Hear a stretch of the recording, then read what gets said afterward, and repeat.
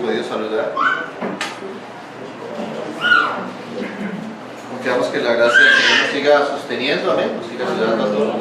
Que el Señor en su misericordia pueda seguir hablando en nuestros corazones y ser edificados mutuamente. Vamos, hermanos, nuevamente al libro de Efesios, a la epístola de los Efesios.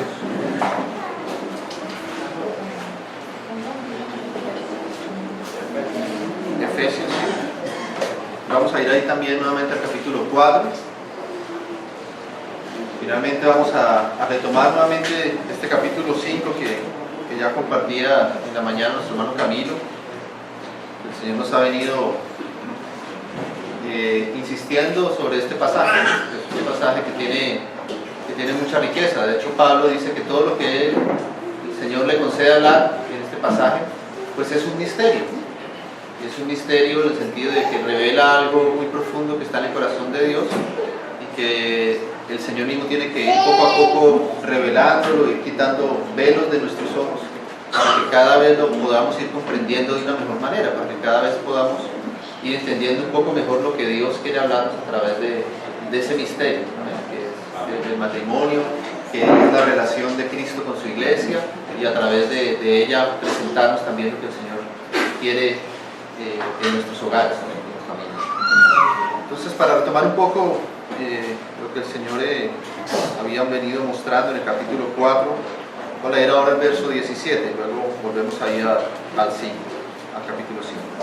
4:17 dice así, de Efesios: esto pues digo y requiero en el Señor.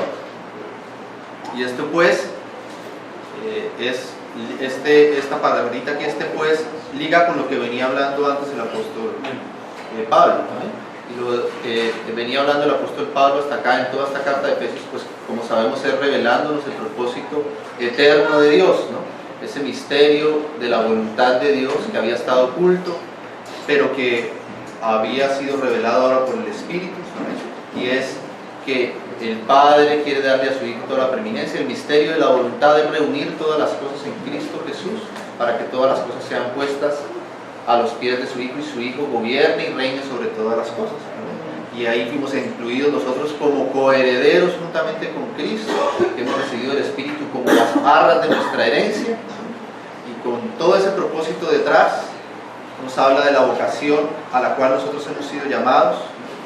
Dice que por causa de esa vocación nosotros debemos andar como es digno de ese llamamiento que nosotros tenemos. El llamamiento que nosotros tenemos es poder ser participantes de ese reino y ser coherederos juntamente con Cristo de ese gobierno, de ese reino que el Padre le ha delegado a su Hijo. El Padre le delega al Hijo el reino, le entrega el señorío, y su Hijo quiere que nosotros seamos coherederos juntamente con Él de ese reino, ¿amén? Que seamos participantes y que podamos reinar juntamente con Cristo en ese reino. Y esa es nuestra vocación, y ese es el llamado para que el Señor nos ha hecho a nosotros ahora como hijos de Dios. Entonces, cuando dice aquí, esto pues digo, es por causa de todas esas cosas que el Señor nos ha mostrado, que el Señor nos va a ir revelando y que el Señor quiere lograr con nosotros. Entonces, esto pues digo y requiero en el Señor, amén.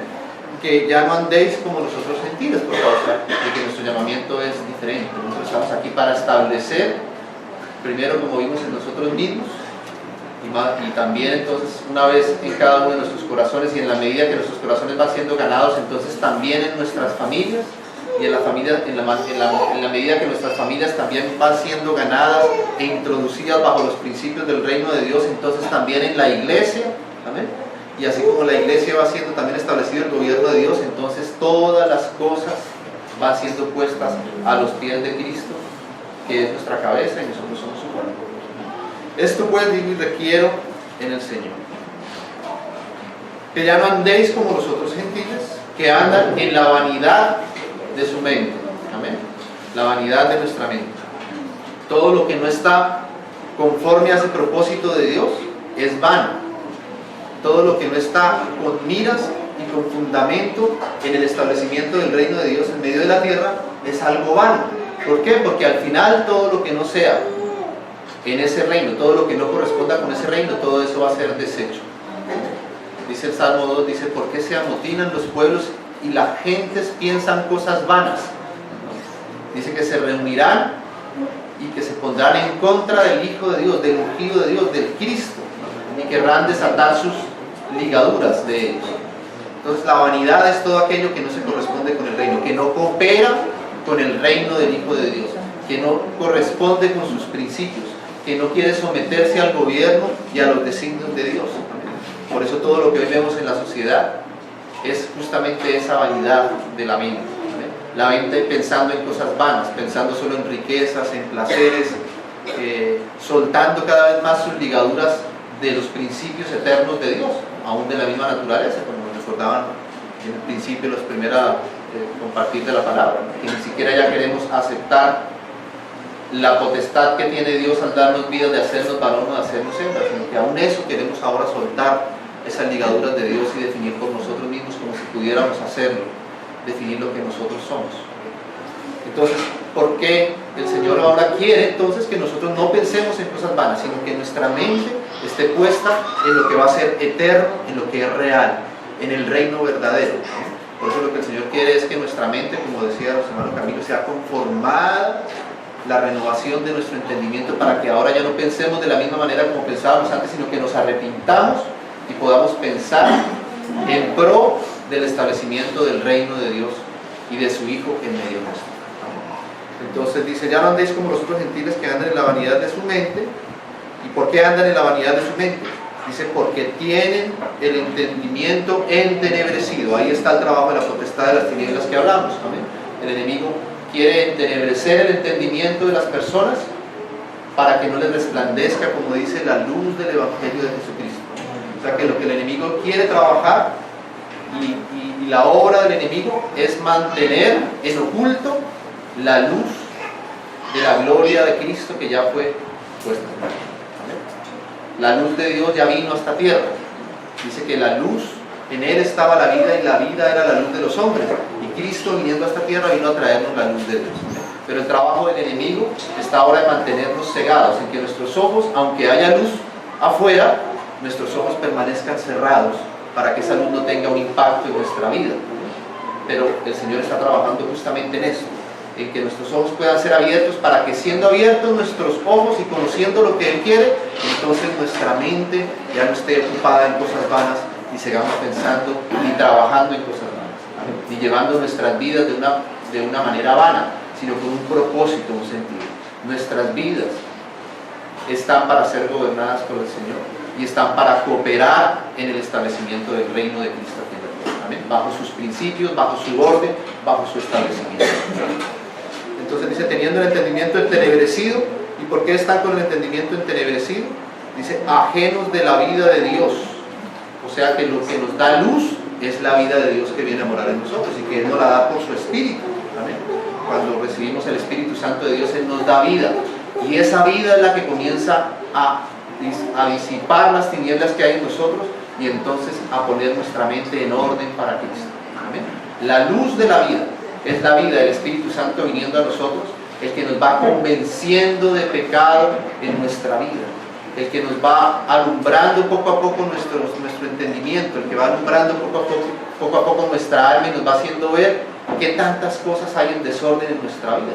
Cuando una habitación está oscura, está toda la luz apagada, nosotros no sabemos si hay o no hay desorden, porque no vemos absolutamente nada, pero comienza a entrar la luz y la luz nos empieza a evidenciar que aquello que pensábamos que estaba muy bien y que estaba en orden, en realidad no lo estaba tanto, y que aquello que pensábamos que estaba muy limpio, en realidad estaba bastante sucio. Entonces la luz de la vida de Cristo en nosotros es la que nos va haciendo alumbrar. Cuando nosotros comenzamos a tener actitudes y la vida de Cristo ya está en nosotros por medio de su Espíritu, esa vida nos confronta y nos hace sentir, ¿por qué ahora que tuve esta actitud que siempre la había tenido, pero ahora esa actitud, aunque la tuve, todavía me entristeció? Siento que algo no está bien, mi conciencia no está tranquila al haber actuado de la misma forma que actué, a la luz de la vida de Dios, que te hace ver que eso ya no corresponde con lo que tú eres, con la realidad de vida que ahora tú tienes. Y así el Señor comienza a guiarnos, a mostrarnos poco a poco, y si nosotros nos rendimos a Él, comienza a guiarnos. Entonces, el entenebrecimiento es porque no está la vida de Dios en nosotros, pero la vida de Dios que ahora está en nosotros nos ilumina, para sacarnos de ese entenebrecimiento, de esas potestades de las tinieblas. Y estar ajenos de la vida de Dios es por la ignorancia que en ellos hay, porque hay ignorancia de parte de los hombres para no recibir la luz, porque no han podido conocer a Cristo. Pero esa ignorancia al mismo tiempo no es porque Dios los quiso dejar en ignorancia, no es que Dios ha escogido a unos para poner en ellos su vida y a los otros los ha querido dejar ignorantes de lo que Él es, no. Esa ignorancia es por lo que sigue diciendo acá, por la dureza de su corazón. Amén. O sea que el Señor quiere que todos los hombres sean salvos, dice Él, y que vengan al conocimiento de la verdad. Eso es lo que está en el corazón de Dios, que todos nosotros podamos conocerle a Él y a su propósito. Amén. Pero dice que por causa de la dureza de nuestro corazón, o sea, nosotros somos los que a veces cerramos nuestro corazón a aquello que el Señor nos quiere dar y mostrar y evidenciar. ¿Amén? Y la dureza de nuestro corazón entonces es lo que evita que la luz de Dios, que la vida de Dios entre en nosotros, que la vida de Dios nos ilumine, que la vida de Dios nos haga entendidos, que la vida de Dios nos quite toda vanidad de nuestra mente. De manera que el Señor tiene que quebrantar nuestro corazón, ¿vale? Para que en ese corazón quebrantado, entonces la vida de Dios encuentre paso en nuestra alma y empiece a iluminar nuestra alma y empiece a darnos entendimiento de lo que Él quiere, ¿vale? Y empiece a hacernos útiles y colaboradores y cooperadores con el establecimiento de su reino. Y para eso el Señor a veces tiene que añadir aflicción a nuestras vidas, porque el quebrantamiento de nuestro corazón no se da sin aflicción. El Señor tiene que quebrantar nuestra vida. Alguna vez yo ponía un ejemplo de algo que el Señor me mostraba cuando era más pequeño, cuando era niño, allá en Sogamoso, donde nosotros vivíamos, se acostumbraba a salir a la orilla de un río y hacer ahí el famoso paseo de olla. El sancocho allí, se tomaban piedras del río y se hacía un círculo con esas piedras y sobre ese círculo se ponía la olla y en el medio de esas piedras se hacía la fogata para que calentara la olla y se hiciera ahí el sancocho. Y una vez, cuando ya se había terminado de hacer el sancocho, levantaron la olla y todo, alguien trajo, para apagar el fuego que había en la mitad, trajo agua del mismo río, un agua que estaba fría. Cuando él puso el agua sobre las rocas, salió ese humo, pero lo que me llamó la atención es que esas rocas, cuando hicieron contacto con el agua fría, esas rocas se quebrantaron, se rompieron por la mitad, se partían, estallaban, por la diferencia de temperatura tan alta entre el fuego que habían estado y entrar en contacto con esa agua fría, hacía que las rocas se quebrantaban. Y yo veía cómo esas rocas habían estado, por ejemplo, durante años en ese río, en esa agua fría, y el agua pasaba y pasaba por ellas, y el agua no había logrado quebrarlas, romperlas, partirlas, no había podido quebrantarlas, a pesar de que habían durado ahí durante muchos años. Pero luego de que esas rocas fueron sacadas de esa agua y puestas en el fuego por un tiempo, se necesitaba apenas una gotica de agua que cayera sobre ellas. Y esa misma gota de agua, a pesar de todo ese río de agua que corría sobre ellos constantemente, que no había podido quebrantarlas, una sola gotica de agua, pero con el efecto que había tenido el fuego sobre ellas, hacía que esas rocas se rompieran. Entonces así somos nosotros. Nuestro corazón tiene que ser quebrantado por el Señor, para que nuestra dureza abra paso, se rompa y abra paso a la vida de Cristo en nosotros, a su consejo, a su dirección.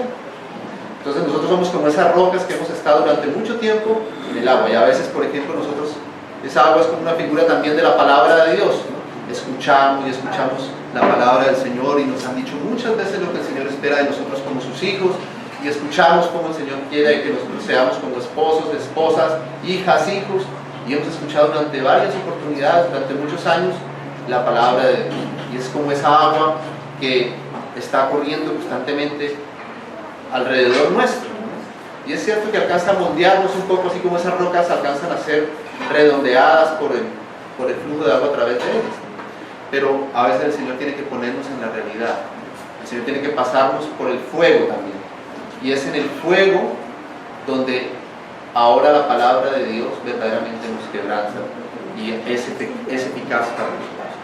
Entonces, hermanos, nosotros vamos a escuchar, estamos escuchando aquí, el Señor nos ha venido trayendo de su palabra, pero ahora vamos a tener que también pedir al Señor que si es necesario, añada aflicción en nosotros, porque vamos a tener que ir y confrontar las cosas, la realidad de nuestra vida, en nuestros hogares, en nuestras familias, con nuestros hijos. Amén. Y vamos, el Señor va a poner estas circunstancias para que esas palabras que hayamos podido escuchar acá verdaderamente se hagan una realidad en nuestra vida, nos quebrante y pueda hacer su vida en nosotros fluyendo, trayéndonos a su luz. Entonces aquí volvemos ahora sí al capítulo 5 de Efesios, para volver nuevamente a tocar algunos aspectos. Ya nuestro hermano Camilo esta mañana los tocaba, pero vamos a pedir con la ayuda del Señor de que Él siga revelándonos este misterio que está escondido en este pasaje.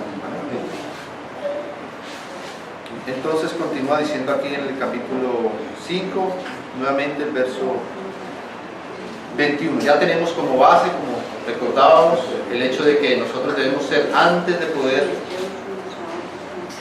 llegar a cumplir todo lo que el Señor nos muestra aquí por esta palabra, nos pide que seamos llenos de su espíritu, llenos de su vida. ¿Amén? Para eso el Señor, como vimos, a veces añade aflicción, añade prueba en nuestra vida, pero también nos da de su palabra para poder sustentarnos y hacernos entender lo que Él quiere. ¿Amén? Y por medio de eso irnos conformando a lo que Él espera obtener. Entonces dice el verso 21: someteos unos a otros en el temor de Dios. Someteos. Y esto nos habla del establecimiento del reino de Dios que hemos venido hablando. ¿Amén? Todo reino se establece bajo una sujeción. Y aquí llamo de una vez la atención a cómo ese sometimiento, esa sujeción, es de unos para con otros. O sea, el reino de Dios, que es sujetar todas las cosas a los pies del Hijo, en eso consiste el establecimiento del reino de Dios, como decíamos, comienza entre nosotros.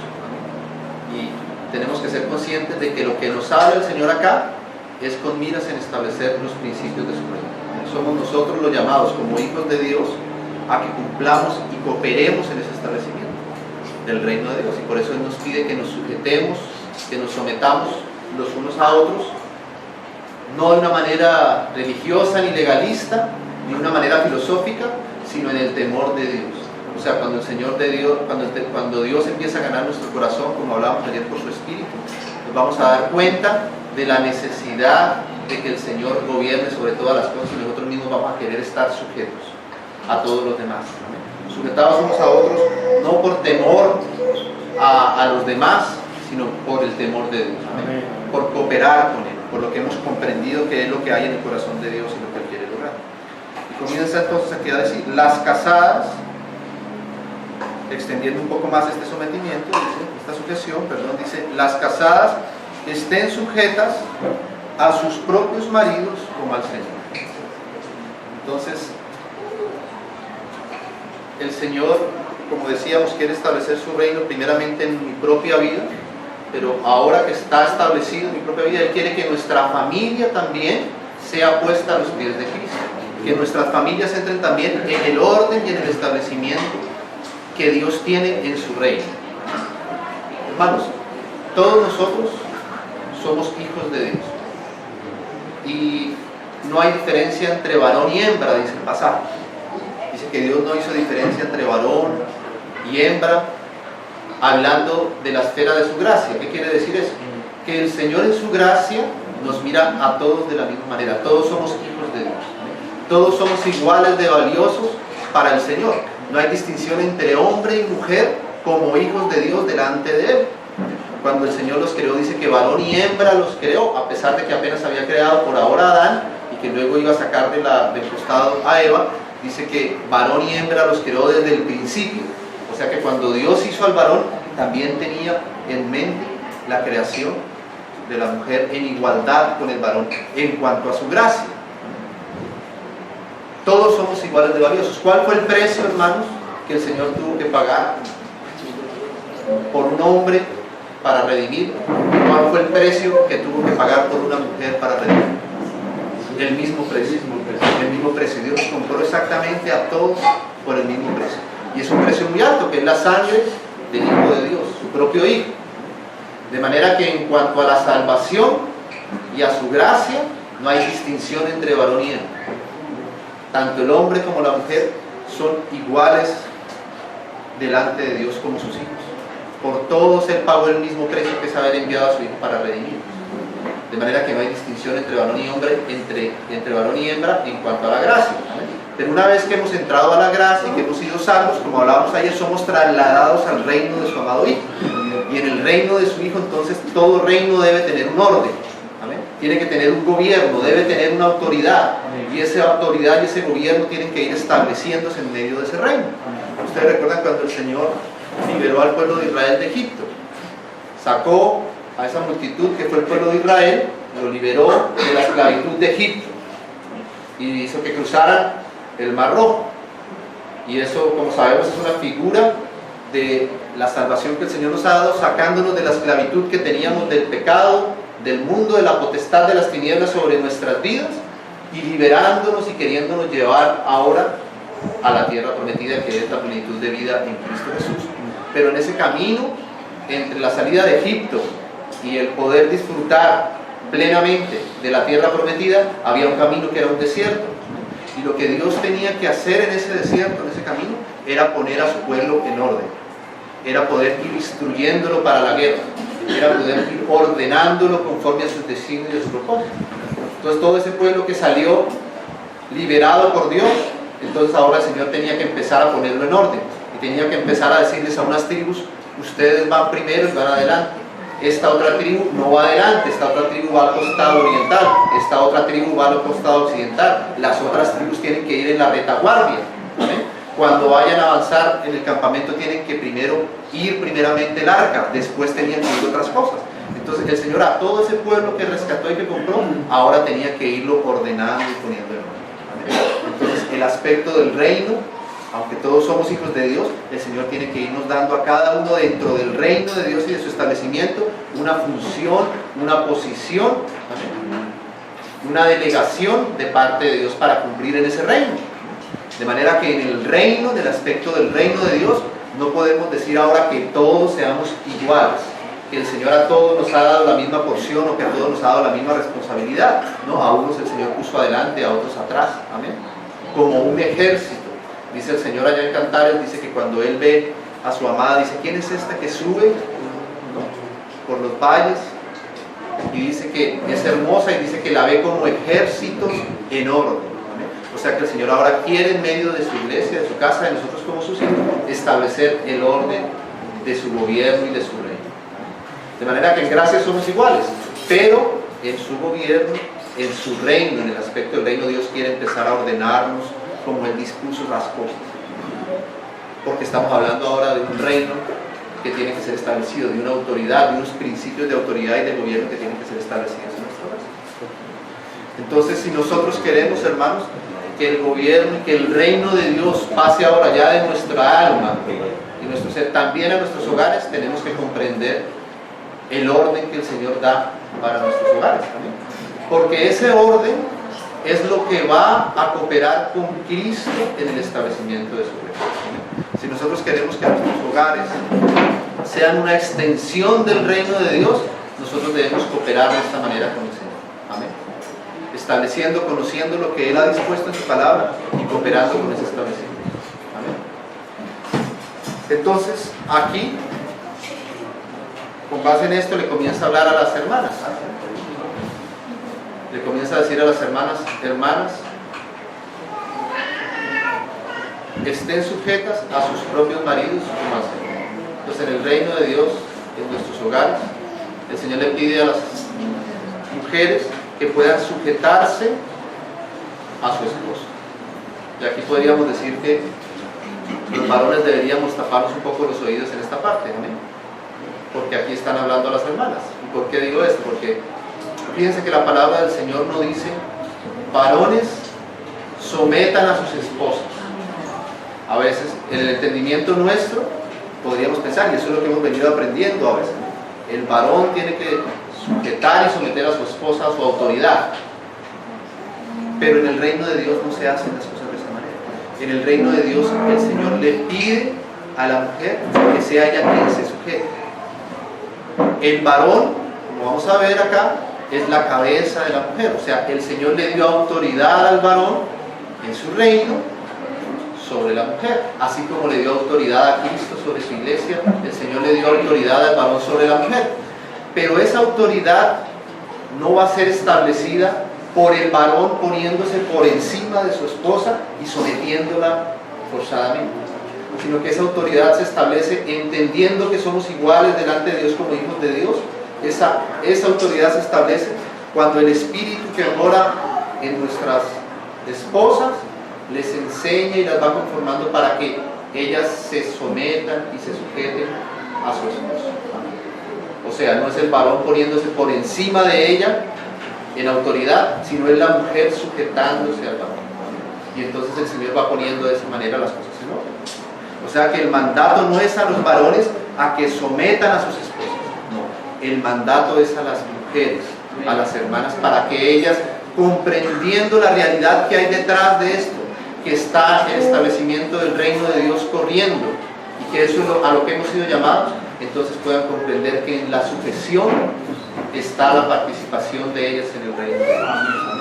Hermanos, y cuando nosotros comenzamos a cumplir con estos designios de Dios, cuando el Señor nos va capacitando para entenderlos y para ponerlos por obra, el reino de Dios comienza a ser establecido también en nuestros hogares. También en nuestros hogares. O sea, el reino de Dios tiene que llenarlo todo. Mi vida primeramente y ahora también nuestros hogares. ¿Amén? Pero ¿cómo el reino de Dios puede ser establecido? ¿Cómo puede ser expresado el reino de Dios en mi hogar, en mi casa? Bueno, el Señor nos pide a unos una cosa y a otros otra cosa. ¿Amén? Y a las hermanas les pide entonces que se sujeten a sus esposos, a sus propios esposos. Fíjense que el establecimiento de la autoridad, como decimos, el establecimiento del reino corresponde con el establecimiento de la autoridad del Hijo de Dios. Y ese establecimiento de la autoridad delegada de Dios en el hogar, el Señor se la dio al hombre. El hombre delegó la autoridad, su autoridad en el ambiente del hogar, el Señor se la delegó al varón, se la entregó a él, porque el hombre es figura de Cristo, así como para la iglesia. Entonces, el hombre representa a Cristo en su hogar y por tanto el Señor le ha delegado al hombre su autoridad. Pero la responsable de que esa autoridad sea establecida en el hogar no es el varón, sino es la mujer quien se somete a esa autoridad. O sea que la autoridad de Dios es una autoridad espiritual que se establece de una manera diferente a la que nosotros hemos entendido que se debe establecer la autoridad. Porque en el mundo, como decía el Señor, que vamos a leer ahora, leámoslo de una vez en el Evangelio de Mateo. Mateo, sí. Evangelio de Mateo.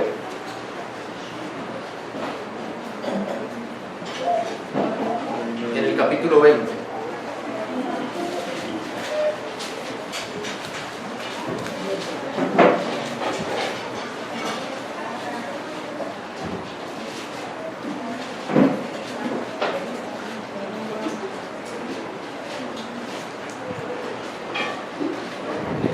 De Mateo está aquí este pasaje, en el verso 20 está ese pasaje que los hermanos conocen, en el que Santiago y Juan, estos dos apóstoles del Señor, le piden que por favor les conceda sentarse a su derecha y a su izquierda en su reino, porque el Señor había comenzado a anunciar su muerte, y entonces ellos comenzaron a entender, si el Señor pronto va a morir, seguramente es porque antes de morir va a establecer su reino, ¿verdad? Porque ellos todavía tenían una esperanza de que el reino del Señor Jesucristo fuera un reino terrenal. Por tanto, ellos empezaron a querer mover políticamente los asuntos del reino de Dios y le dijeron: Señor, concédenos que en tu reino nos sentemos el uno a tu derecha y el otro a tu izquierda.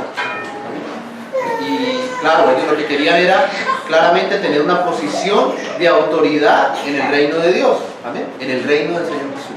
Ellos querían esa posición, a la derecha y a la izquierda del rey gobernando juntamente con él. Ellos querían esa posición de autoridad, ¿no? Pero el Señor tenía que mostrarles cómo es la autoridad en su reino, porque claro, ellos estaban acostumbrados a la autoridad a la que nosotros estamos acostumbrados, una autoridad política, amén, una autoridad que sin importar tú quién seas y cómo te comportes, tienes esa autoridad. Pero el Señor entonces tiene que hablarles de esta manera acá, y entonces por eso el Señor le responde a esa petición. Les ha respondido con otras cosas antes, pero vamos al punto aquí en el versículo 25. Dice el verso 24, dice: cuando los 10 oyeron esto, o sea que aquellos querían sentarse a la derecha y a la izquierda en el reino de Dios en su trono, se enojaron contra los dos hermanos. Entonces Jesús, llamándoles dijo: sabéis que los gobernantes de las naciones se enseñorean de ellas. Este es el mundo. En la potestad de las tinieblas, la autoridad se ejerce enseñoreándose sobre los otros, ¿vale? Poniéndose por encima de los otros y ejerciendo de esa manera autoridad. Dice: sabéis que los gobernantes de las naciones se enseñorean de ellas, y que los que son grandes ejercen sobre ellos potestad. ¿Vale? Esos son los principios de autoridad que nosotros hemos aprendido, a los que nosotros estamos acostumbrados: someter a los demás para tener autoridad. Pero dice el Señor en el verso 26: mas entre vosotros no será así. O sea, la autoridad delegada de Dios, la autoridad en el reino de Dios, no se establece poniéndose por encima del otro, sometiéndolo a la fuerza. No se establece de esa manera. Entre vosotros no será así, ¿no? Dice, sino que el que quiera hacerse grande, o sea, el que quiera tener autoridad entre vosotros, será vuestro servidor. Y el que quiera ser el primero entre vosotros será vuestro siervo. Como el Hijo del Hombre no vino para ser servido, sino para servir y para dar su vida en rescate por muchos. Entonces, cuando nosotros leemos allá esa parte y también recordamos todos los otros pasajes, por ejemplo, el apóstol Pedro le decía a los hermanos, ancianos, que ahora también representan la autoridad delegada, ya no ahora solamente en su hogar, sino ahora también en un ámbito más amplio, en medio de la iglesia. Entonces, el apóstol Pedro tiene que decirles que apacienten la grey de Dios que está entre ellos, ¿amén? Y dice, no como teniendo señorío sobre ellos.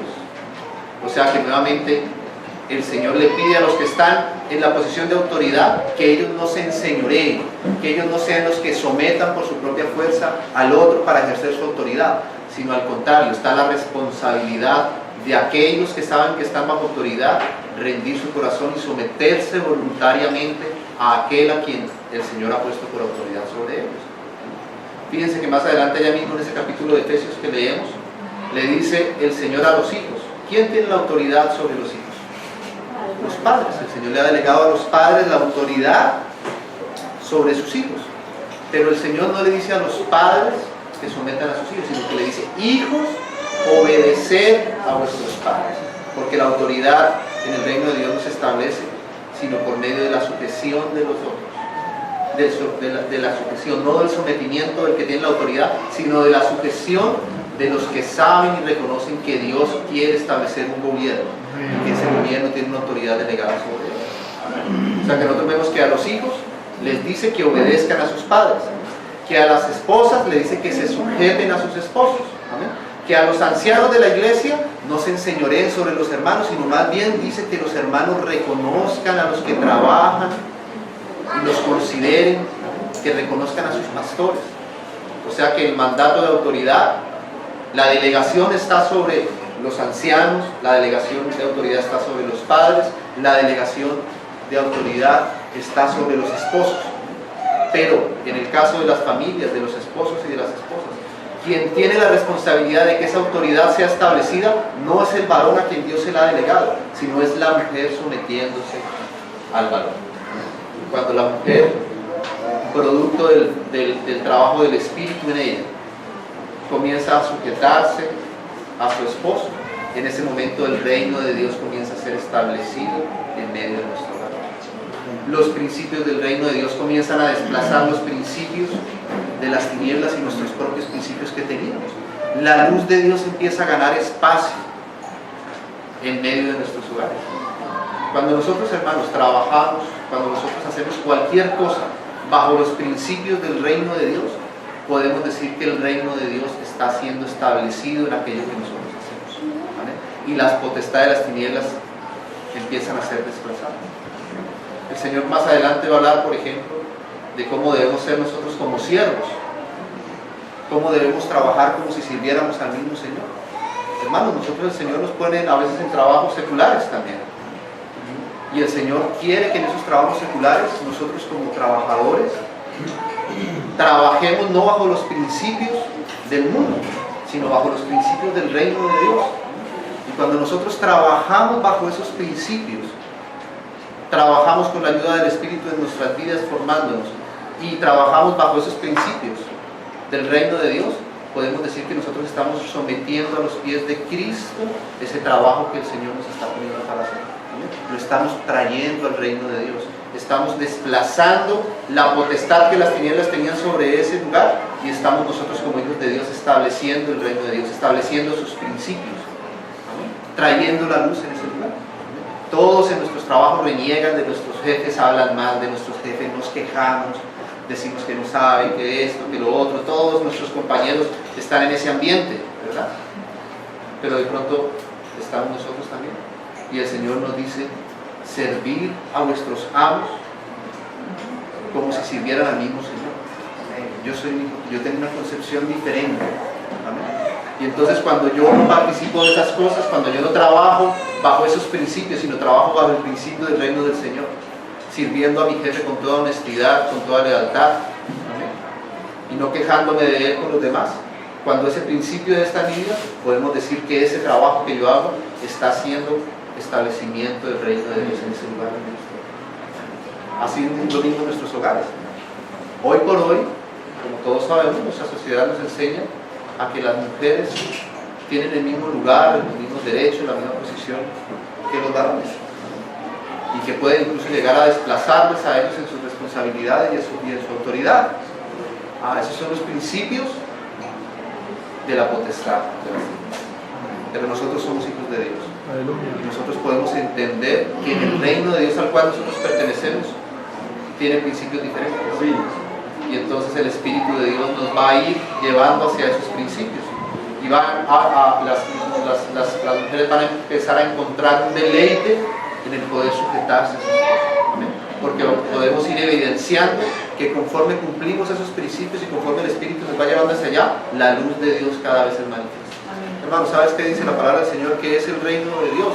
Dice, el reino de Dios no consiste en bebida y en comida.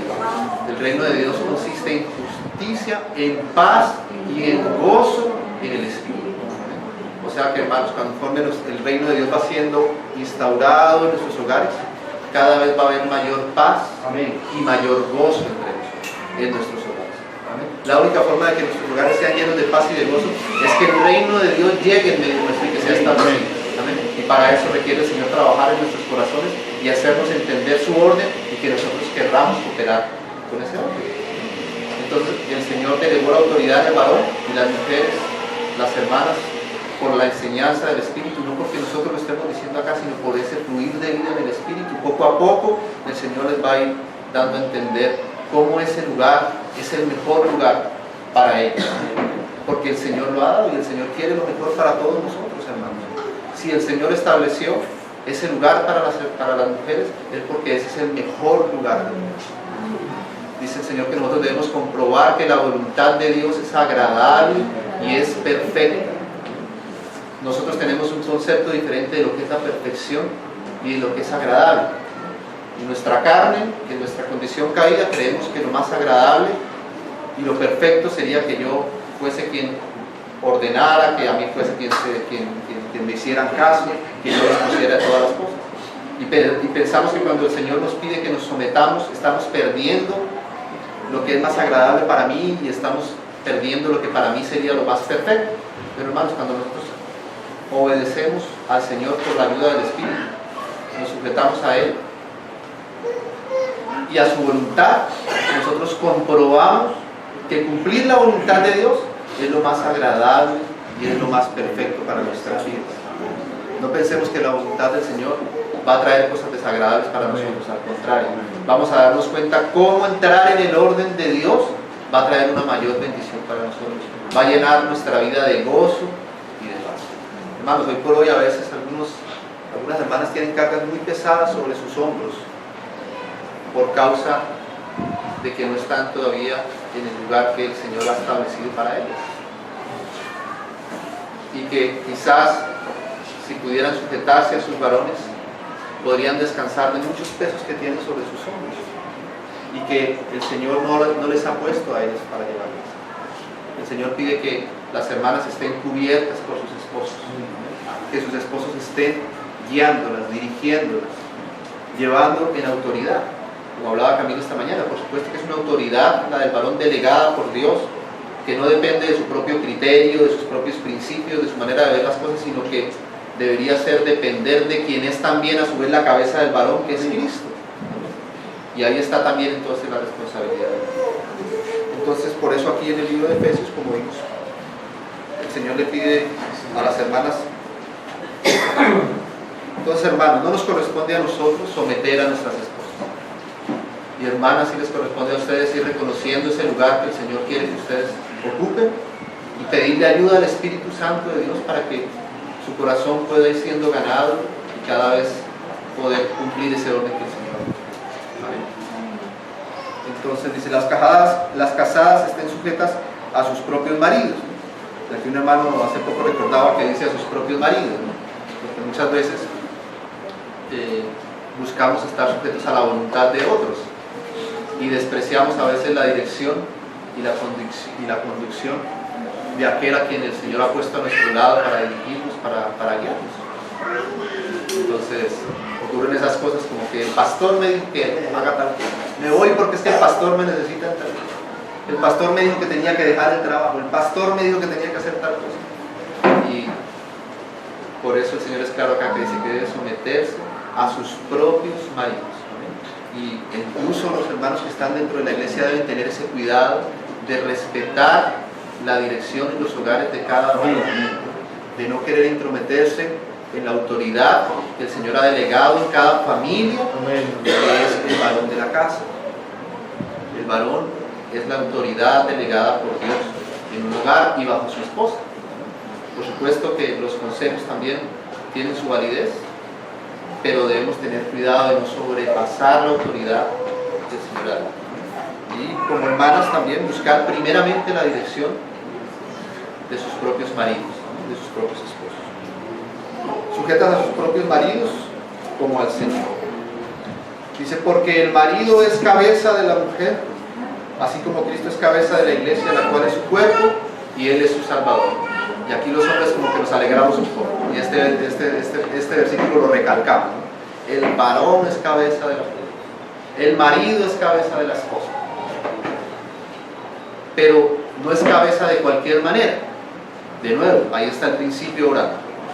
No es cabeza, no es autoridad como se es autoridad en el mundo o bajo los principios del mundo. Es cabeza, pero ¿cómo? Así como Cristo llegó a ser cabeza de la iglesia. Y hermanos, cuando empieza uno a comprender lo que Cristo tuvo que hacer para llegar a ser cabeza de su iglesia, para llegar a tener un cuerpo, para llegar a tener una iglesia, para llegar a ser la cabeza del cuerpo que es la iglesia, ahí nos damos cuenta que eso que nosotros a veces tanto reclamamos con tanto orgullo y ahínco de querer ser la cabeza, debemos hacerlo con mucho temor y temblor. Porque para que Cristo llegara a ser cabeza de la iglesia, para que Cristo pudiese llegar a tener el reino, Él tuvo primero que despojarse de toda su gloria, venir y humillarse hasta lo sumo, pasar por la muerte y muerte de cruz, hacerse obediente hasta la muerte. Y dice que por causa de ese despojamiento, por causa de rendir su vida, de ir a la cruz, de morir en obediencia al Padre, entonces dice que por esa causa, entonces Dios lo exaltó hasta lo sumo y le dio un nombre que es sobre todo nombre, para que en el nombre de Jesús se doble toda rodilla delante de los cielos y de la tierra. O sea que cuando nosotros vemos lo que se requiere para llegar a ser cabeza, hermanos, no es solamente decir hermoso. Aquí el varón se hace lo que yo digo, como yo digo y cuando yo digo. Hermanos, nosotros somos hijos de Dios. Y el principio de Dios para llegar a ser autoridad es que primero tenemos que despojarnos, humillarnos, tenemos que morir a nosotros mismos. Y eso es lo que nos da la autoridad. Lo que nos da la autoridad no es porque tenemos la voz más fuerte, no es porque tenemos más músculo lo que nos da la autoridad. No es porque tenemos más fuerza, no es porque cuando discutimos podemos levantar la voz más que el otro. Eso no nos da ningún peso de autoridad espiritual en la vida. Lo que da la autoridad, así como la autoridad que obtuvo el Hijo de Dios, se la dio justamente por despojarse, por servir, por ir a la cruz. Eso es lo que nos da autoridad a nosotros como varones. O sea, cuando nosotros queremos ser cabeza en nuestros hogares, debemos entender que detrás viene ese peso. Allá en ese pasaje que acabamos de leer, ustedes recuerdan que, como decíamos, Jacobo y Juan, Santiago y Juan le pidieron al Señor: Señor, queremos sentarnos a la diestra, el uno a la izquierda y el otro a la derecha de tu reino, Señor, allá en el trono, queremos estar allá arriba. Y a veces es nuestra exposición: yo soy aquí. Y el Señor les hace, y el Señor luego tuvo que mostrarle a estas dos personas lo que se requiere para llegar a sentarse en esos tronos. Amén. El Señor les dijo: podéis beber de la copa que yo beberé, podéis ser bautizados con el bautismo porque yo seré bautizado. Y él se refería justamente a eso que él tenía que pasar, la copa que el Padre que le había dado para beber, que era la voluntad del Padre, que era ir a la cruz. Y por eso allá más adelantico dice que cuando el Señor Jesús estaba crucificado, Juan estaba a los pies de esa cruz. Y seguramente ahí Juan recordó lo que él había pedido. Pero tuvo que ver que a la derecha y a la izquierda de esa cruz habían otras dos cruces, habían otros dos siendo crucificados. Y ahí no levantó su voz Juan para decir: Señor, concédeme estar a la derecha y a la izquierda, porque él pensó que el trono se pasaba ya rápido. Pero antes de ir a sentarse en el trono, tiene que pasar por esa cruz primero. La cruz primero está. Antes de poder ver el trono, primero está la cruz. O sea que antes de poder tener autoridad, nosotros debemos, como varones, como esposos, rendirnos, servir a nuestras esposas, cuidarlas, guardarlas, amarlas, negarnos a nosotros mismos. ¿Amén? Y eso, en la medida que nosotros le permitamos al Señor lograr eso en nuestro corazón, eso es lo que nos da el peso de autoridad sobre ellas. Eso es lo que nos da el peso de autoridad. Y si nosotros nos rendimos así como Cristo se rindió por su iglesia, seguramente el corazón de nuestras esposas va a venir siendo ganado hacia esa sujeción que debe ser expresada. Hermanos, ¿cómo el Señor es cabeza de su iglesia? Tuvo que pagar un precio, y aún pagando el precio, el Señor nunca obliga a su iglesia a nada. De hecho, hermanos, nosotros sabemos cuánto trabajo y cuánta paciencia el Señor ha tenido que tener con nosotros para traernos hasta el punto en el que estamos. Y aún estando nosotros ahora, caemos a veces y volvemos atrás, y el Señor tiene paciencia con su amada, con su iglesia, la espera pacientemente. Amén. No la somete. ¿Por qué el Señor no se aparece acá en medio nuestro y nos sujeta a todos y nos pone bajo sus pies? Porque el Señor no quiere eso. El Señor quiere que nosotros por amor le vayamos conociendo, y cada vez que nosotros comprendemos más lo que el Señor hizo por nosotros queremos ser más obedientes a Él, queremos amarlo de una mejor manera, queremos ser más fieles para Él, conforme nosotros comprendemos lo que Él ha hecho por nosotros. De manera que en nosotros no está el reclamar autoridad, en nosotros está el servir y amar a nuestras esposas como el Señor espera que nosotros la hagamos. Y conforme las hermanas van evidenciando eso, ellas también tienen que ir reconociendo ese amor, ir conociendo esa lucha que hay a veces en nosotros como varones para amarlas, para sustentarlas, para cuidarlas, y entonces ir reconociendo eso en sujeción, sabiendo que Él está pagando el precio para que nosotros estemos juntos. Entonces aquí por eso sigue diciendo así.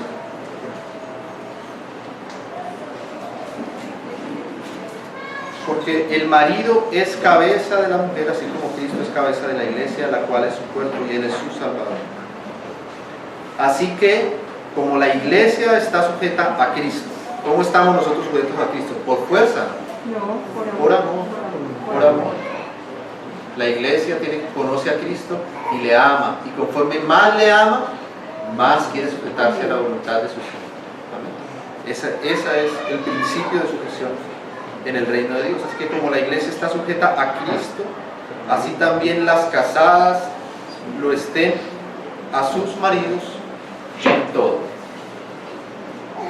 Maridos, aquí empieza a hablar a los esposos, lo que ya vimos: amad a vuestras mujeres, pero no de cualquier forma. Ahí está nuevamente el modelo, ahí está el principio del reino. Así como Cristo amó a la iglesia y se entregó a sí mismo por ella. Pues Cristo amó a la iglesia de una manera tal. ¿Cómo amó Cristo a la iglesia? Dice más adelante aquí va a decir que el Señor se entregó a sí misma para presentársela a sí mismo, una iglesia que no tuviese mancha ni arruga. Perfecto. Porque cuando Cristo nos amó y amó a su iglesia estaba en una condición deplorable. Y el Señor tuvo que pagar el precio para empezar a limpiarla, a embellecerla. Todavía está haciendo ese trabajo en medio de su iglesia, de poder ir embelleciendo, de poder ir quitando de nosotros toda suciedad. No eso es lo que está haciendo el Señor con nosotros. Eso es lo que el Señor quiere. Y entonces el Señor quiere que nosotros en nuestras esposas tengamos también esa misma paciencia y ese mismo entendimiento de que nuestro amor no depende de no encontrar defectos en ella, sino que a pesar de los defectos, a pesar de las cosas que hagan falta, verla y amarla pacientemente hasta que el Señor logre tanto en ella como en nosotros la obra de perfeccionamiento y de embellecimiento que nosotros estamos esperando. Hermanos, el amor de Dios por nosotros es un amor diferente al que nosotros en nuestra propia capacidad tenemos para ofrecer. Los hermanos conocen que nosotros en nuestro ser como espíritu, alma y cuerpo que tenemos también esas tres vidas: la vida de nuestro espíritu, la vida de nuestra alma y la vida de nuestro cuerpo. Y asimismo cada vida de estas tiene una capacidad de amar de determinada forma. El cuerpo tiene una forma de amar, de expresar ese amor. Es el amor eros, ese amor que solamente depende de nuestros afectos por nuestros sentidos físicos, de que nos gusta lo que vemos, nos gusta cómo se viste, nos gusta el color de su cabello, el color de sus ojos, nos gusta lo que nos dice, lo que escuchamos. Y ese es el amor que está apenas en nuestro cuerpo, el amor eros, el amor erótico, que es solamente por los sentidos naturales, más externos, más exteriores. Pero es un amor que depende justamente de eso. Y a veces entonces estamos muy enamorados de cosas apenas físicas, y cuando eso comienza a desvanecerse, ese amor también comienza a desvanecerse, a irse. Fluctúa de esa misma manera. Hoy está muy linda, mañana a la primera hora de la mañana de pronto no tanto. Entonces, si nuestro amor, la manera en que nosotros nos amamos es apenas con esa clase de amor, va a ser un amor bien fluctuante y que con el tiempo seguramente se va a desgastar y no va a lograr permanecer. También está el amor de nuestra alma, que es por nuestros sentimientos, que está guiado, nace de lo que sentimos, de la manera en que nosotros pensamos, y también de nuestra voluntad, que es lo que está en nuestra alma. Entonces, amamos cuando se hace lo que yo digo. Qué bonito es cuando todo está conforme a mi voluntad. Ahí quiero mucho a mi esposa, la amo porque hizo lo que yo le dije que hiciera. Pero cuando hay algo que no, ese amor también se cambia. Nuestros sentimientos, nos gustan que nos traten bien, sentirnos importantes, pero cuando un sentimiento nuestro es herido, entonces también ese amor que nace de nuestra alma también se afecta, se disminuye, merma, se cambia. Entonces por eso, a lo largo del tiempo, conforme los hermanos que llevan más tiempo en los matrimonios saben cuán difícil es poder rescatar nuestros sentimientos nuevamente para que permanezcan esos sentimientos que el Señor puso en un principio en nosotros. Porque es una lucha. ¿Por qué? Porque nuestra alma es muy variable y el amor que ofrece nuestra alma depende de que no nos hieran nuestros sentimientos, de que no vayamos a ser heridos, de que no vayamos a ser defraudados, de que no hagan algo que nos hiera, porque en el momento que algo nos hiera, inmediatamente ese amor se afecta.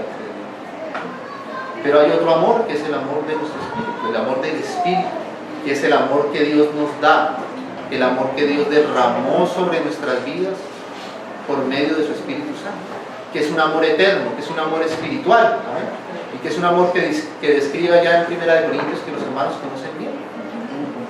El amor que todo lo sufre, el amor que todo lo espera, el amor que todo lo soporta, ¿no? El amor que no se envanece, el amor que no tiene envidia, el amor que no hace nada indebido, el amor que nunca deja de ser.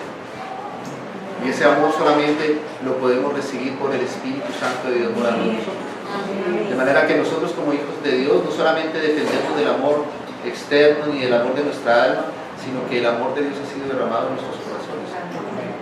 Cuando el amor de Dios ha sido derramado en nuestros corazones, ese amor perfecciona el amor de nuestra alma y perfecciona el amor aún de nuestro exterior, de nuestro físico. De manera que el Señor quiere que nosotros amemos con esa clase de amor, que perdonemos cada vez que debamos perdonar, que seamos pacientes. Habíamos leído hace poco un pasaje que por causa de esto lo vamos a leer acá nuevamente en el libro de Colosenses.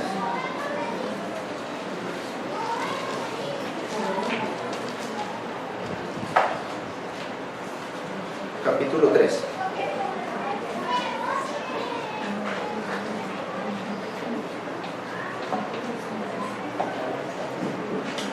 Leamos desde el verso 12. Colosenses 3:12. 3:12. Vestidos pues como escogidos de Dios. Amén. Ahí está la primera parte. Cada uno de nosotros pidiéndole al Señor que nos revista de su vida, que nos llene de su vida, que nos revista de su carácter. Cada uno de nosotros. Vestidos pues como escogidos de Dios, dejando nuestras viejas vestiduras del mundo y de nuestra naturaleza caída y vistiéndonos ahora de Cristo. ¿Cómo es vestirnos de Dios? Amén. Y empieza a describir esas vestiduras. ¿Cómo es esas vestiduras? ¿Cómo nos vestimos nosotros de Dios? Santos y amados, de entrañable misericordia, de benignidad, de humildad, de mansedumbre, de paciencia, soportándoos unos a otros y perdonándoos unos a otros si alguno tuviere queja contra otro. De la manera que Cristo os perdonó, así también vosotros hacedlo vosotros. Y sobre todas estas cosas, vestidos de amor, que es el vínculo perfecto. Y luego termina diciendo, y la paz de Dios gobierne en vuestros corazones, a la que asimismo fuimos llamados en un solo cuerpo y sea de gracia. Entonces aquí el Señor, esta palabra describe cómo el Señor tiene que ir transformándonos, tiene que ir vistiéndonos. Nosotros estábamos vestidos con vestiduras viles y el Señor tiene que ahora quitar esas vestiduras viles e ir vistiéndonos con su ropa nueva, ¿no? De nuevo hombre. Y esa vestidura nueva entonces tiene santidad, tiene que irnos vistiendo de su santidad, tiene que irnos vistiendo de su mansedumbre, tiene que irnos vistiendo de su humildad, tiene que irnos vistiendo de su paciencia, ¿amén? Tiene que irnos vistiendo de perdón. Todo eso el Señor tiene que irlo poniendo dentro de nosotros, ¿amén? Y esa es la formación del carácter de Cristo en cada uno de nosotros, que fue lo que vimos hoy, ¿amén? Y dice, y sobre todas estas cosas, vestidos de amor. O sea, es como un traje que tiene varias capas.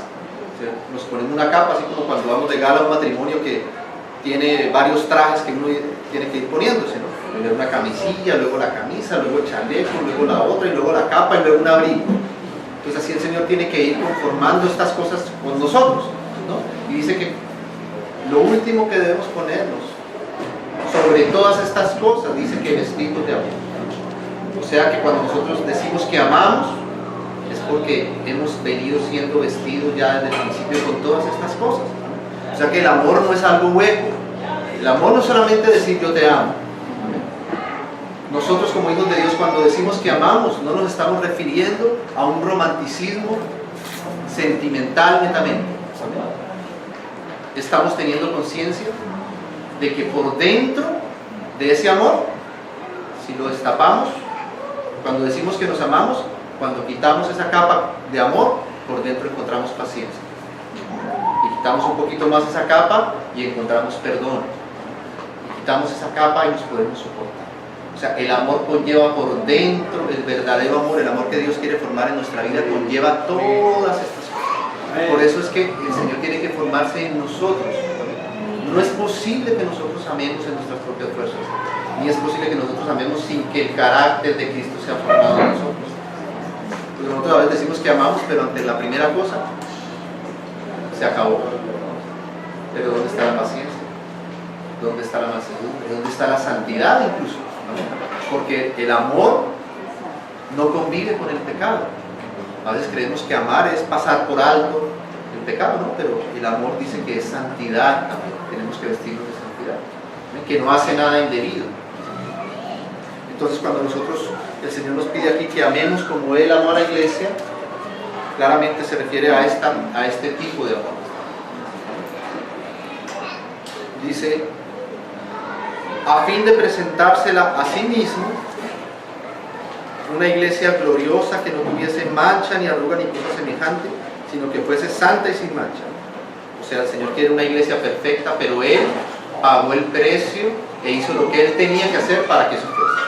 Nosotros queremos a veces nuestra esposa perfecta, pero sin que a nosotros nos toque hacer absolutamente nada. Sin que a nosotros nos toque invertir nada de nuestra parte en ella, sin que nosotros tomemos la posición que el Señor quiere que nosotros tengamos. Dice, así también los maridos deben amar a sus mujeres como a sus mismos cuerpos.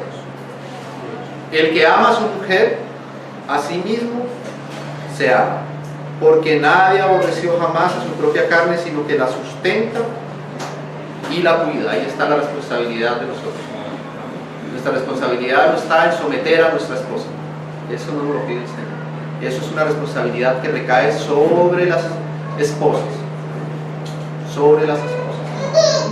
Lo que sí nos reclama el Señor a nosotros es amarlas, sustentarlas y cuidarlas. Esa es nuestra responsabilidad. Como también Cristo a la iglesia. Y aquí entonces el Señor nos recuerda algo y dice que el amar a nuestras esposas es como amarnos a nosotros mismos. Porque hay una realidad en esto, y lo compartíamos ayer en la mutualidad que teníamos. Cuando un hombre y una mujer se unen, se enlazan en matrimonio, dice el Señor que el Señor obra una realidad en ellos, hace una obra en ellos, y dice que ya no son más dos, sino que ahora son una sola carne, ¿no? Son una unidad ahora indivisible. De manera que en esa unidad el Señor pone al varón como cabeza y a la mujer representando su cuerpo, pero los dos son uno, ¿vale? Y tienen que obrar y cooperar en perfecta armonía, ¿vale? La cabeza como la cabeza de un cuerpo, guiando, dirigiendo, ¿no? Ordenando las cosas, y la mujer en ese entendimiento sujeta las ordenanzas de la cabeza y cooperando con esa cabeza, ¿vale? Pero somos una unidad ahora indivisible. El esposo y la esposa son una unidad indivisible. De manera, hermanos, que todo lo que haga la esposa va a afectar a su esposo, y todo lo que hace el esposo va a afectar a su esposa, porque ya no son más dos sino uno. De manera que todo lo que hagamos debemos hacerlo con mucha responsabilidad, entendiendo que ahora ya no estoy yo solo siendo el afectado, ¿no? A veces nosotros como hombres tomamos las decisiones solos, no consultamos, nos vamos adelante y no nos damos cuenta que ya no estoy solo, hay alguien que es afectado por lo que yo haga, por lo que yo diga, por lo que yo deje de hacer. Soy afectado, ¿no? A veces tomamos decisiones nosotros solitos. Renuncié, me fui del trabajo. Y la esposa ahora no va a poder dormir tranquila, porque ella tiene una necesidad de ser sustentada y ser cuidada. Así como el Señor le da esa responsabilidad al varón, a la mujer le dio esa necesidad. La mujer necesita un ambiente seguro y estable, un ambiente donde ella se sienta respaldada y cuidada. Eso es lo que la mujer necesita, porque Dios creó esa necesidad en su corazón, ¿vale? Y esa necesidad es suplida por su esposo, a quien Dios le da esa responsabilidad de ser entonces su sustento y su ayuda. Entonces, cuando nosotros podemos entender que delante de Dios no somos dos sino uno, entonces vamos juntos, cooperamos, consultamos juntos, amén. No hacemos algo que pueda afectar al otro de una manera, amén. O dejamos de hacer cosas que sabemos que afectan al otro, amén. Hermano, cuando a ti te diagnostican con una enfermedad, por ejemplo, no sé, tienes gastritis, inmediatamente nos ponemos alerta. ¿Qué debo hacer para que no me afecte más? Tengo que dejar de comer ciertos alimentos, tengo que dejar de comer en ciertas horas, y entonces como yo sé que eso afecta a mi cuerpo, entonces trato de cuidarme de eso. Si yo sé que tengo gripa, entonces voy a salir aquí al frío, entonces antes de salir, busco un abrigo, me cubro, ¿verdad? Saco una sombrilla para no mojarme y cuido mi cuerpo, porque estoy pendiente de eso. Ahora, delante del Señor, el varón y la mujer son un mismo cuerpo. O sea que el varón debe cuidar ahora a su esposa como si fuera su propio cuerpo. Y hay cosas a veces que hieren a nuestra esposa. Hay comportamientos nuestros que les hacen daño. Hay actitudes o decisiones nuestras que hieren su corazón. Y el no ser conscientes de esa realidad y el no tener cuidado de ellas es como si yo fuese descuidado con mi propia salud. Como si no me importara salir al frío, aún sabiendo que me va a hacer daño. Entonces, si yo sé que a mi esposa le hace daño cierta cercanía que yo tengo con algunas personas que ella ve que no son tan buenas, entonces a veces no sé, yo no tengo ningún problema, yo sí, es un problema de ella.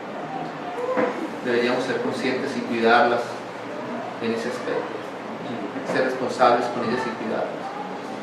Si nuestra esposa es más sensible a determinadas cosas y yo sé que es sensible a eso, guardarla de eso a lo que ella es más sensible y no exponerla y no dejarla sola, sino cuidarla y respaldarla y guardarla.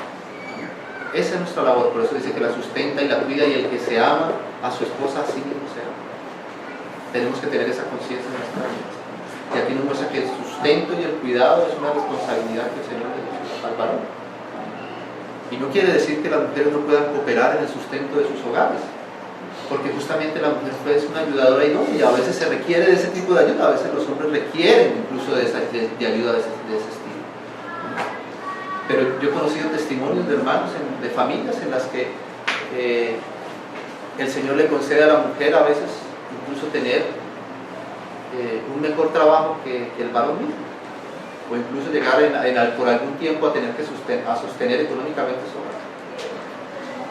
Pero he podido ver en esos hogares cómo las hermanas han tenido el entendimiento adecuado, y aun aunque ellas a veces son las que tienen que aportar más económicamente, su corazón está sujeto a su esposo, y aún así, aunque de alguna forma la provisión está viniendo a través de ellas entregan eso para que sea el varón quien la sustente y quien las cuide. Y eso es algo precioso, porque no se requiere no es solamente algo externo, sino es una disposición en el corazón. Amén. Y aún así se percibe como el varón en ese hogar es quien sustenta las cosas, es quien las sustenta. Entonces, esa es nuestra responsabilidad. Debemos hacerlo con cuidado, con amor para el Señor. La sustenta y la cuida como también Cristo a la iglesia, porque somos miembros de su cuerpo, de su carne y de sus huesos. Por esto dejará el hombre a su padre y a su madre, y se unirá a su mujer, y los dos serán una sola carne. Grande es este misterio, mas yo digo esto respecto de Cristo y de la iglesia. Por lo demás, cada uno de vosotros ame también a su mujer como a sí mismo, y la mujer respete a su marido. Hermanos, el apóstol tiene que resumir de esta manera. ¿Por qué? Porque hay muchas circunstancias que se presentan en nuestros hogares. Hay muchas situaciones. Y a veces nosotros creemos que la palabra del Señor no tiene el detalle para cada situación específica por la que nosotros estamos pasando. Decimos, no, pero yo me quedé sin trabajo, mi suegra está enferma y entonces vino a vivir con nosotros, y yo no doy una palabra en ninguna parte que nos dé un consejo para los que estemos en esa situación de desempleo y la suegra viviendo conmigo. O tenemos hijos de esta manera, de esta otra. Pero Pablo resume así, y dice por lo demás. O sea, hay muchas circunstancias y muchas situaciones que pueden venir. ¿Amén? Pero por lo demás, o sea, en estas dos cosas, amor por parte de los varones, cuidado, sustento por parte de los varones, y sujeción y respeto por parte de las mujeres. En estas dos cosas seguramente está lo necesario para solventar cualquier otro tipo de situación que venga. Seguramente si nosotros pasáramos cualquier situación por este filtro de poder haber amado a nuestra esposa de una mejor forma como el Señor quiere, o de habernos sujetado un poco más a nuestro esposo, seguramente toda situación hubiese podido haber sido resuelta con estos dos aspectos que el Señor nos deja. Por lo demás, hermanos, amad a vuestras mujeres y sujetados y respetad a vuestros maridos. Las demás cosas seguramente el Señor las ordenará, les ayudará. Aplicando estos dos principios, seguramente todas las demás cosas van a empezar a ser resueltas y ordenadas. Hermanos, no perdamos de vista de que nuestros hogares tienen que establecerse el reino de Dios. Luego allá más adelante el Señor tiene que decir cuando va a querer establecer ya no solo el gobierno en su casa, el reino en su casa, sino también en su iglesia. Los obispos, que sean maridos de una mujer, que tengan buen testimonio de los de afuera, o sea, que su corazón haya venido siendo ganado por el Señor, pero que en su casa también haya un buen testimonio, que gobierne bien su casa y que tenga sujeción a sus hijos. O sea, que ese reino comienza desde nuestro espíritu, pasa también, se extiende a nuestra familia, al reino de Dios. Tiene que ir desplazando las tinieblas que hay en medio de nosotros, en nuestra familia, desplazándola y estableciendo sus principios, y también luego a su iglesia también tiene que ser extendido todavía. Y así el reino de Dios tiene que seguir siendo establecido. Hermanos, solo una última consideración. Después de este pasaje, los hermanos saben, en el capítulo 6, verso 19, no lo vamos a leer, o leamos para terminar, 16, 10, de Efesios 6, 10.